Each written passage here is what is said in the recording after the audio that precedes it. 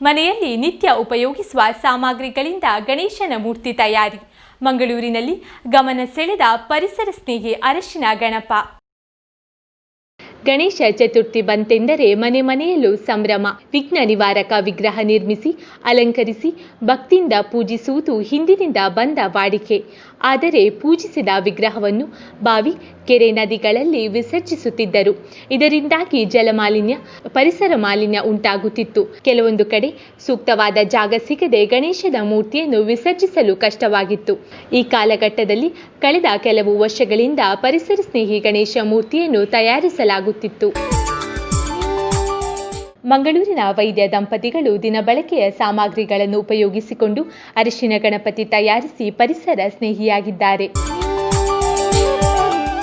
Doctor Subray ಮತ್ತು doctor Rajani ಅವರು ತಮ್ಮ ಮನೆಯಲ್ಲಿಯೇ ಗೋಧಿ ಹಿಟ್ಟು, ಅರಿಶಿನ ಹುಡಿ, ತೆಂಗಿನೆಣ್ಣೆ ಮತ್ತು ನೀರು ಉಪಯೋಗಿಸಿ ಅತಿ ಸರಳವಾಗಿ ಪುಟ್ಟ ಗಣಪತಿ ಮೂರ್ತಿಯನ್ನು ನಿರ್ಮಿಸಿದ್ದಾರೆ. ಗಣಪತಿಗೆ ಪ್ರಿಯವಾದ ಮೋದಕ, ಮೂಷಿಕ ವಾಹನ ಕೂಡ ಇದರಿಂದಲೇ ತಯಾರಿಸಿದ್ದಾರೆ.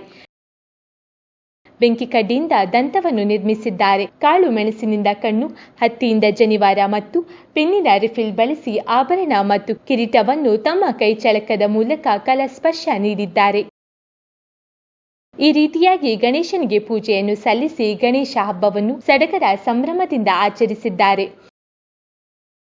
ಈ ಮೂರ್ತಿಯನ್ನು ಮನೆಯಲ್ಲಿಯೇ ಪಾತ್ರೆಯೊಂದರಲ್ಲಿ ವಿಸರ್ಜಿಸಿ ಆನಂತರ ಆ ನೀರನ್ನು ಮನೆಯ ಗಿಡಗಳಿಗೆ ಉಪಯೋಗಿಸಬಹುದಾಗಿದೆ.